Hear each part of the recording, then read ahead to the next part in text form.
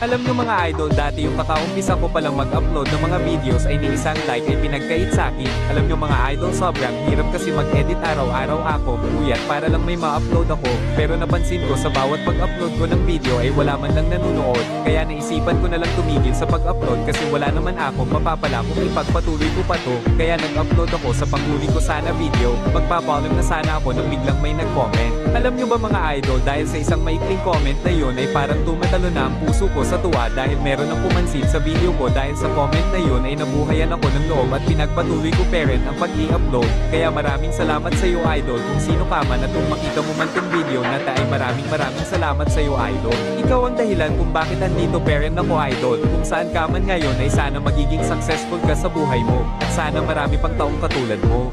Kaya sa mga small content creator dyan, patuloy lang tayo hanggang sa maabot na natin yung top ng ating pangarap. Mag-upload lang kayo ng mag-upload at balang araw ay dadami din manunood at supporta sa atin.